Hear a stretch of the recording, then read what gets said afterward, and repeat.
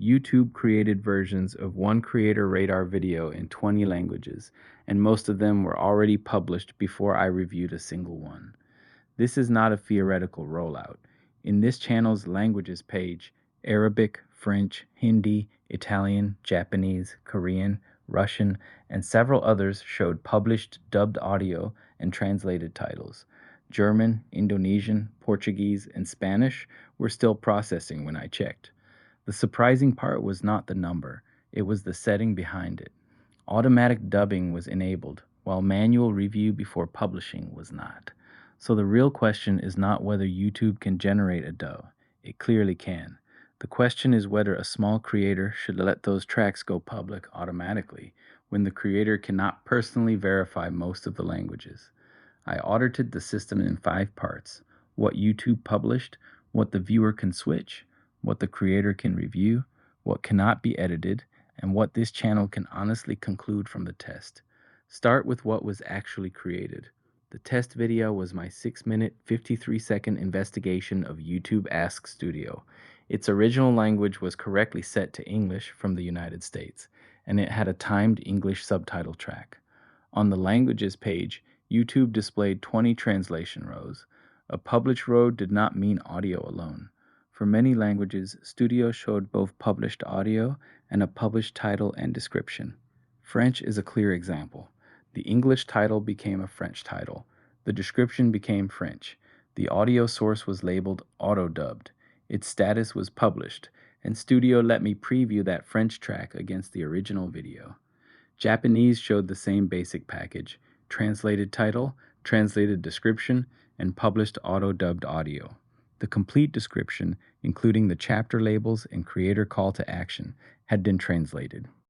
That is a meaningful amount of work for a free switch. A creator does not have to upload 20 separate videos, manage 20 timelines, or replace the original. The viewer can choose another audio track on the same video. But availability is not accuracy. I can verify that a track exists, that it plays, that metadata was translated, and that the timing remains attached to the original video. I cannot honestly certify the meaning, pronunciation, tone, or cultural phrasing of languages I do not speak. YouTube's own help page makes the same limitation explicit. Automatic dubs can contain mistakes involving pronunciation, accents, dialects, background noise, proper names, idioms, and jargon. YouTube also warns Inside Studio that the dubbed voice may not represent the creator's voice. That matters more for this channel than it might for a simple visual demonstration. CreatorRadar videos use product names, interface labels, policy language, numbers, and distinctions between proof and inference. A translation can sound fluent while changing one of those details. There is another important limitation. You cannot edit an automatic dub word by word inside Studio. You can preview it, change its publication status, delete it, or replace it with a manual track where that option is available. That makes review a gate, not a proofreading step.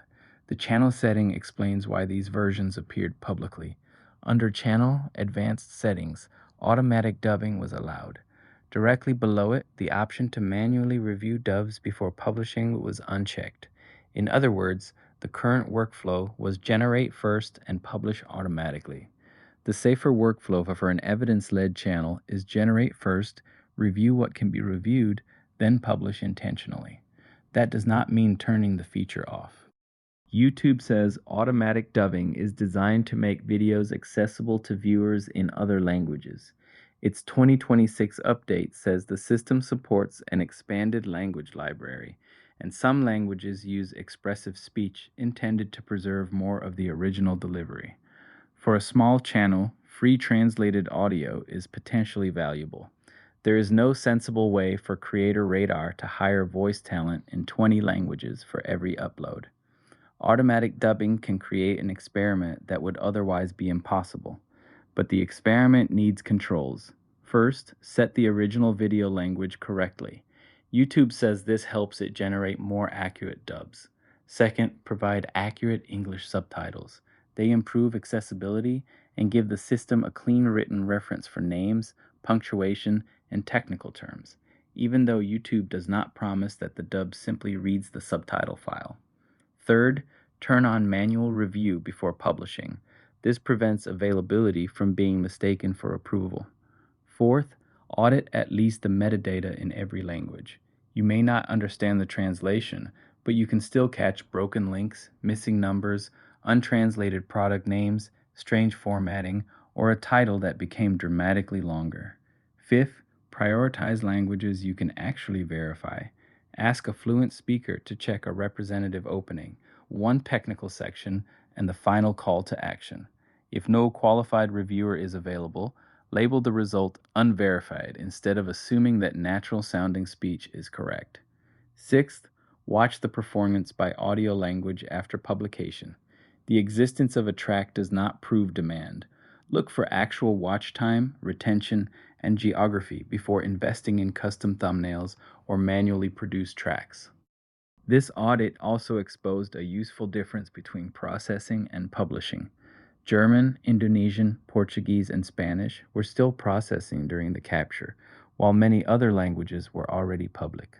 Automatic does not mean instant, and a creator should expect the language inventory to change over time. So here is the verdict. YouTube automatic dubbing is not a finished localization department. It is a powerful first draft and distribution tool. For CreatorRadar, leaving generation enabled makes sense. Leaving automatic publication enabled without review does not. The recommended setting is automatic dubbing on, manual review before publishing on, original language confirmed, English subtitles published, and every new track treated as unverified until someone qualified checks it. That preserves the upside without pretending the creator approved words they never understood. The next test is more demanding. After the processing tracks finish, I will compare the same technical passage across several dubbed languages, check how product names and numbers survive, and record whether any translated audio receives real viewing activity. Subscribe if you want that measured follow-up. CreatorRadar tests what the tool actually does before turning a feature into advice.